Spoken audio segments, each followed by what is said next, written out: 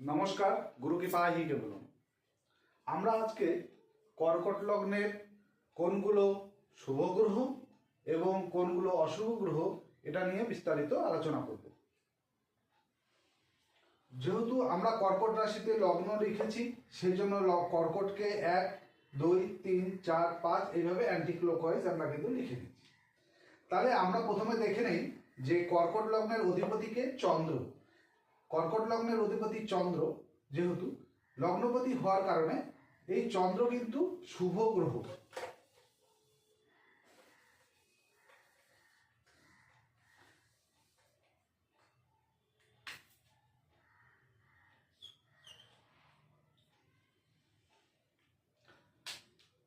এবার সিংহ রাশিতে দেখো 2 লেখা আছে, তাহলে রবি, সিংহের অধিপতি রবি, রবি দ্বিতীয় ঘরের মালিক অর্থাৎ মারকপতি।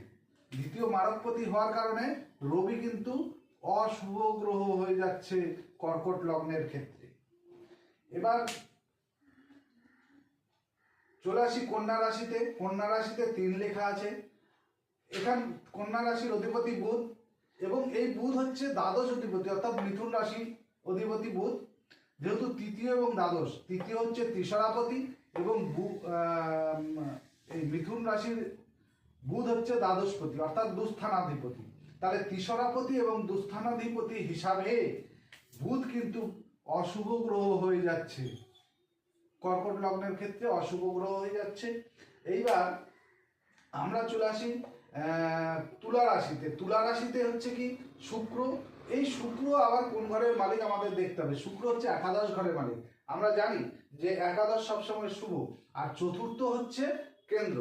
তাহলে একদিকে শুভ আর এইদিকে কেন্দ্রপতি, কিন্তু আমরা জানি কেন্দ্রপতি যদি শুভ গ্রহ হয় তাহলে সে অশুভ ফলদাতা হবে।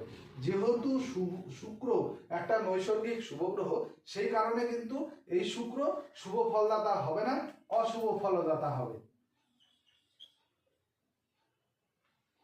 শুক্র অশুভ গ্রহের ঘরে আমরা লিখে দিলাম। এবার পঞ্চম ঘরের অধিপতি মঙ্গল, বৃশ্চিকের অধিপতি মঙ্গল এবং মেষের অধিপতি মঙ্গল। এখানে 5, এখানে 10, অর্থাৎ একটা হচ্ছে কোণপতি, ত্রিকোণপতি, আর একটা হচ্ছে কেন্দ্রপতি। তাহলে কেন্দ্র এবং ত্রিকোণের অধিপতি সব সময় রাজ্যকারক হয়। ত্রিকোণ এবং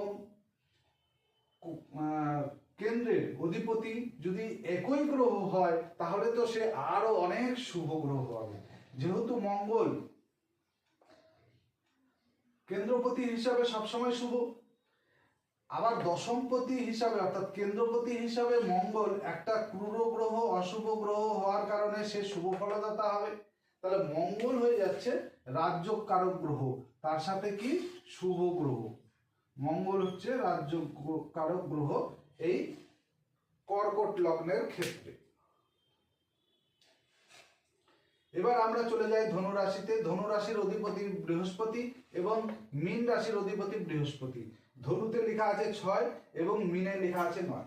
তাহলে একটা হচ্ছে ষষ্ঠ দুস্থানপতি, আবার ত্রিশরাপতি, আর এটা হচ্ছে এইখানকার বৃহস্পতি ত্রিকোণপতি। তাহলে যেহেতু বৃহস্পতি ত্রিকোণপতি হয়েছে এবং হওয়ার কারণে এই যে ষষ্ঠপতি, ত্রিশরাপতি এবং দুস্থানাধিপতির যে দোষ, সেই দোষ কিন্তু নষ্ট হয়ে গেছে ত্রিকোণপতি হওয়ার কারণে। সেই জন্য বৃহস্পতিকে আমরা কিন্তু শুভ গ্রহের ঘরে লিখব, বৃহস্পতি শুভ ফলদাতা হবে। এবার শনি আলোচনায় চলে আসি। শনি এখানে মকর রাশি এবং কুম্ভ রাশির অধিপতি। এখানে 7, এখানে 8। তাহলে একটা হচ্ছে মারকপতি আর একটা হচ্ছে দুস্থানাধিপতি। তাহলে শনি এক জায়গায় মারকপতি এবং আরেক জায়গায় দুস্থানাধিপতি হওয়ার কারণে এই শনি কিন্তু অশুভ গ্রহ হয়ে যাচ্ছে কর্কট লগ্নের ক্ষেত্রে। তাহলে যোগকারক গ্রহ হিসাবে এখানে পেলাম আমরা কাকে? লগ্নপতি সবসময় যোগকারক, সেই জন্য চন্দ্র এবং মঙ্গল এই দুটোকে আমরা কিন্তু যোগকারক গ্রহ এবং বৃহস্পতিকে হিসাবে আমরা কিন্তু যোগকারক গ্রহ হিসাবে পেলাম, অর্থাৎ শুভ গ্রহগুলোই এখানে যোগকারক হলো। সকলে ভালো থাকবেন, সুস্থ থাকবেন। নমস্কার।